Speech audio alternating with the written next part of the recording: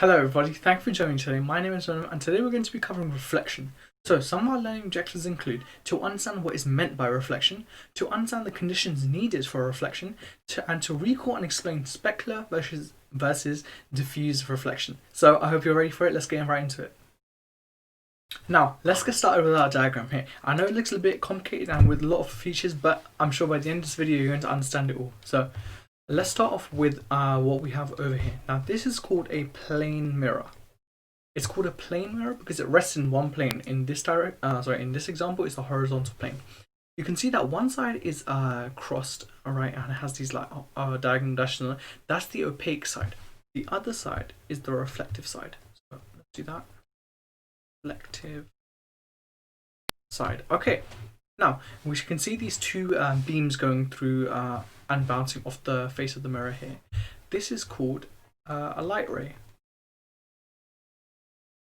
Now if you look closely, you can see that they have arrows. That shows the direction of the beam. Direction of beam. Now you can see that, let's do this in red because this is a really important piece. You can see this dashed line over here. This is called the normal. And you must always draw this. Always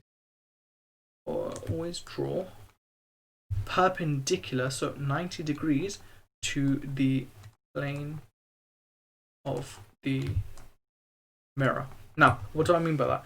Say I have another mirror over here and it's like that. Okay, so let's draw on the opaque side on there.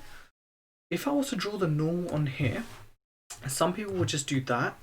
Cannot do that. You must do this.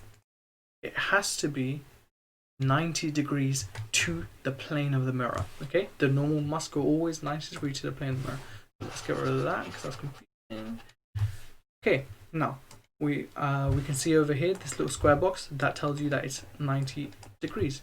Now you can see over here two arcs going from the ray to the normal. These are how you measure the angles of incidence and angle of reflection.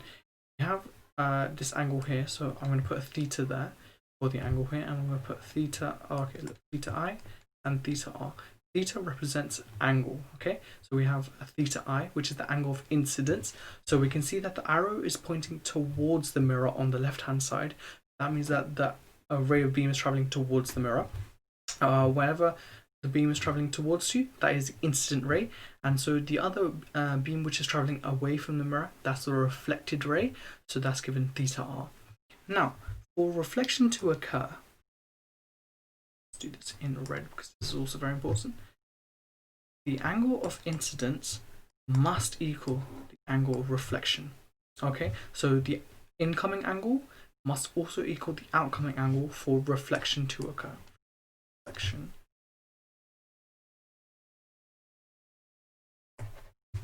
to occur. Okay, so now I know that was a lot of information in a very short space of time, but I'm sure you understand all this if you break it down step by step.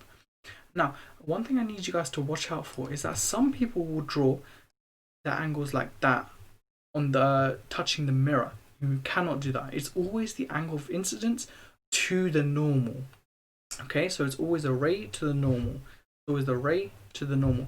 You cannot do from the ray to the mirror. That is wrong. Okay, so that's something to watch out for. Now, I want to talk to you about specular versus diffuse reflection. Now, without me telling you anything, which one of A or B do you think is specular and which one do you think is diffuse?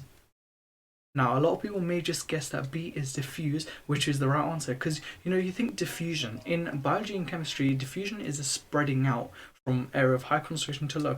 And here you can see that the beams, they're all scattered, they're all spread about, they're diffuse. So let me just label that for you. Diffuse. And in another color, specular. Now, some people get confused and they think, oh, diffuse doesn't look like it's reflecting. It is though, because remember, the law of reflection is theta, which if you remember it represents angle. So the angle of incidence should equal the angle of reflection. So let's draw in our normal line here. So if we take this one here, because remember, if we take here to be the mirror, our normal must be 90 degrees to that. And you can see right here, our theta I is equal to our theta R. So it is still reflection, even though it doesn't look like it.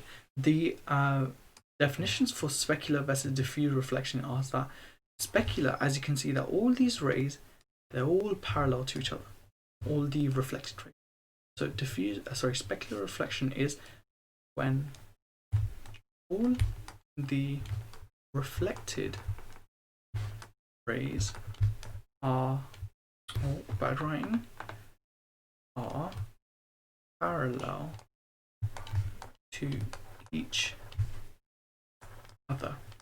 Now, I'm going to highlight reflected here because that's a very key point. Because if you look here in at the diffuse reflection, all of the incident rays are parallel.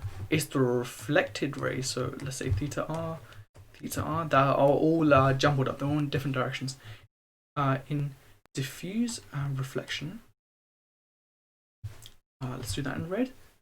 And when all the reflected again rays are non-parallel or different.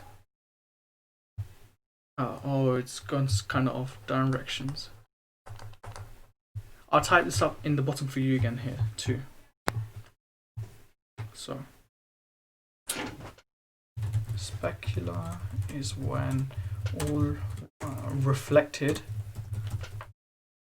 rays are parallel. Diffuse is when all reflected rays are non-parallel. Sorry about that. But now you understand the difference between specular and diffuse reflection.